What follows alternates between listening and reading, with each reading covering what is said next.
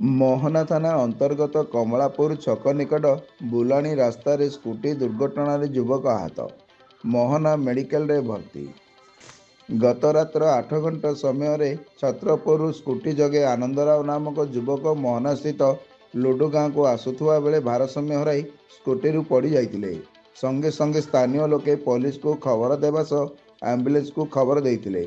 Mohana police ଘଟଣାସ୍ଥଳରେ ଆହତ ଯୁବକକୁ ଉଦ୍ଧାର କରି ଆମ୍ବୁଲାନ୍ସରେ ମୋହନା ମେଡିକାଲରେ ଭର୍ତ୍ତି କରିଥିଲେ।